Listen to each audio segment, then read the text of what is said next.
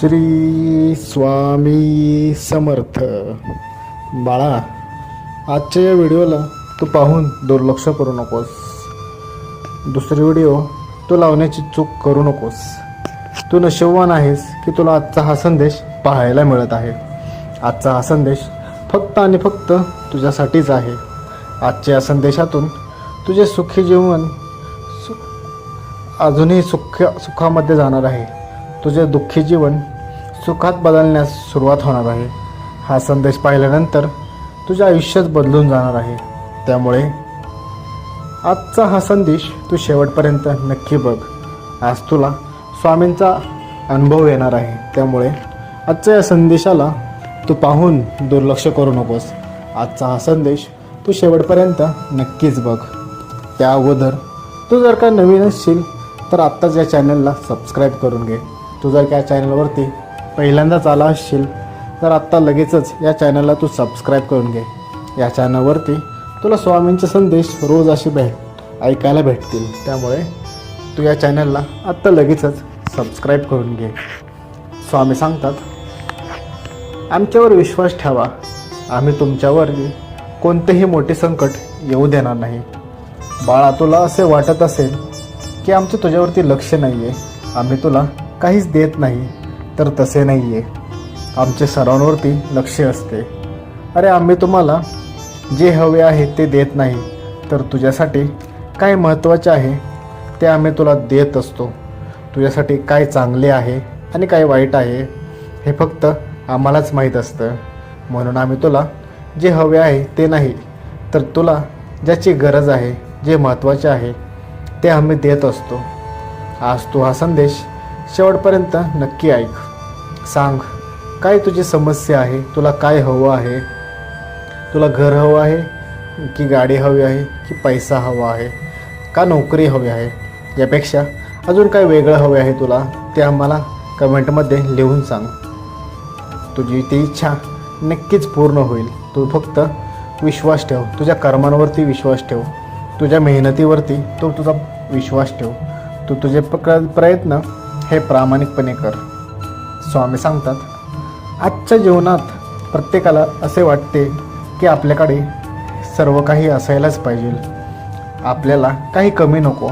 पण यात तुमचा खरंच आनंद आहे का हे एकदा नक्की विचार करून बघ. कधीकधी आपण आपली तुलना हे इतरांबरोबर करू लागतो. त्यामुळेच आपण अवास्तव स्वप्ने पाहू लागतो. त्यामुळेच आपण नको त्या गोष्टीच्या मागे धावू लागतो. सगळ्या समस्या या येथूनच चालू होतात. अरे, स्वप्न ती नाहीत की जी आपण झोपेत पाहतो, तर स्वप्न ती असतात जी आपल्याला झोपू देत नाही. लक्षात ठेवा. दुसऱ्याकडे हे आहे म्हणजे मलासुद्धा ते हवे आहे, या अशा इच्छा, महत्त्वाकांक्षी इच्छांनी तुम्ही तुमचे सुखी जीवन दुःखात टाकत असता. तुम्ही स्वतः तुमचे चांगले सुखी आनंदाचे जीवन विनाकारण दुःखात टाकत असता. याच्यामुळे तुम्ही नको त्या गोष्टीच्या मागे धावू लागता. याच्यातून तुम्हाला तुमचे सुख व आनंद कशात आहे हे कळत नाही. तुम्ही नको असणाऱ्या गोष्टीच्या मागे लागून स्वतःचा आनंद गमावून बसता. तुम्हाला आहे त्या गोष्टीतले सुख कळत नाही, कारण की तुम्ही तुमच्याकडे नाही त्या गोष्टीच्या मागे धावू लागता. याच्यातून नुकसान हे फक्त आणि फक्त तुमचेच होत असते. तुम्हालाच यातून त्रास होत असतो. लक्षात ठेवा. स्वप्न ती असतात की जी आपल्याला रात्री झोपू देत नाहीत, जी पूर्ण करण्यासाठी आपण दिवस रात्र मेहनत करतो. भूक तहान विसरून आपण त्यासाठी कष्ट करतो. ते खरं स्वप्न असतात. ते स्वप्न आपण जेव्हा पाहू लागतो त्यावेळेस ते भेटवण्यासाठी आपल्याला ते स्वप्न मिळवताना कोणताही अडथळा आला, कितीही संकट आले, कितीही खडतर प्रवास असला तरी आपण तो पूर्ण करण्याच्या तयारीत असतो. कारण की आपल्याला ते स्वप्न गाठायचे असते, ना की थोडेसे कष्ट आले की त्या स्वप्नातून लांब पळून जातो. याला स्वप्न म्हणत नाहीत. त्याला फक्त आपण तात्पुरते आकर्षण म्हणू शकतो. लक्षात ठेवा. स्वप्ने हे असतात की जे आपल्याला झोपू देत नाही. ते आपल्याला दिवस रात्र मेहनत करावे लागतात. स्वप्न ते असतात की ज्यामध्ये रस्ता कितीही खडतर असला तरी आपण तो रस्ता पार करायला तयार असतो. संकटे किती जरी आली तरी आपल्याला ते संकटातून दूर होण्याची क्षमता आपल्यामध्ये असते. संकट एखादे आपण कितीही त्रास झाला तरी ते संकट पार करून आपण आपले काम करत राहतो, आपण आपला रस्ता चालत राहतो. कारण की आपल्याला ते स्वप्न गाठायचे असते, आपल्याला ते ध्येय पूर्ण करायचे असते. ते खरे स्वप्न असते, तेच स्वप्न बघत चाला. स्वामी सांगतात, बाळा आमचे हे मत तुला आत्ता चुकीचे वाटत असेल, पण लक्षात ठेवा जेव्हा वेळ निघून जाईल तेव्हा तुला याची खरी जाणीव होईल. पण त्यावेळेस सावरण्यासाठी तुझ्याकडे काहीच शिल्लक राहणार नाही. तू तुझ्याकडील सर्व काही गमावून बसलेला असशील. तेव्हा मात्र तू मग आमच्याकडे येऊ नकोस फिरून परत. त्यामुळे आत्ताच तुझ्याकडे वेळ आहे. तू सर्व गोष्टी समजून घे. आपल्यासाठी गरजेचे काय आहे आणि काही गरजेचे नाही आहे याचा तू नीट विचार कर. विनाकारण नको त्या गोष्टीच्या मागे धावून तुझे सुखी चांगले जीवन दुःखात टाकू नकोस. नको त्या गोष्टीच्या मागे लागून तू असणाऱ्या गोष्टींमधला आनंद हिरवू नकोस. लक्षात ठेव, प्रत्येक गोष्टीमध्ये आनंद हा असतोच. आपल्याला तो आनंद शोधता आला पाहिजे. गरीब माणूससुद्धा छोट्या मोठ्या गोष्टीतून त्याचा आनंद शोधत असतो. लक्षात ठेव, तुला देखील आहे त्या गोष्टीमधून तुझा आनंद शोधता आला पाहिजे, ना की ज्या गोष्टी तुझ्याकडे नाही आहेत त्याचा विचार करत दुःखी बसत राहणार.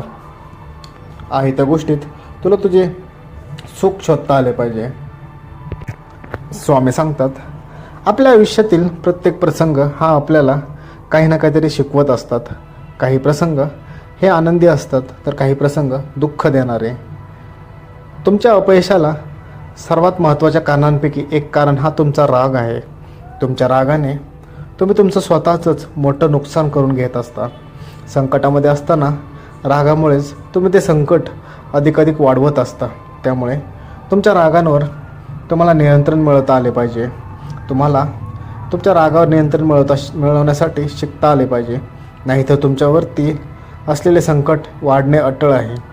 आयुष्यात कितीही संकट येऊ द्यात, तुमच्या रस्त्यात कितीही अडथळे येऊ द्यात, रागाला न जाता शांत संयम ठेवा आणि मनात हे वाक्य नेहमी म्हणा, ही वेळ ही निघून जाईल.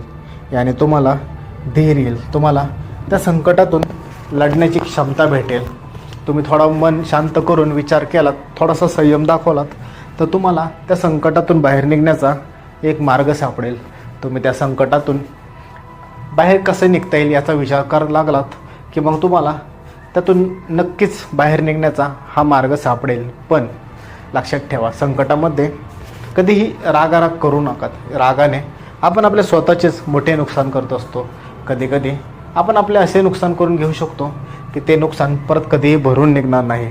त्यामुळे नेहमी लक्षात ठेवा, संकटामध्ये आणि वाईट प्रसंगामध्ये कधीही रागाला जाऊ नका, चिडचिड करू नका. त्यावेळेस थोडं संयमाने घ्या, शांततेने घ्या, डोके आपले शांत ठेवा. नक्कीच तुम्हाला त्या संकटातून बाहेर निघण्याचा मार्ग भेटेल आणि तुम्ही त्या संकटातून लवकरच सुखरूप बाहेर निघचाल.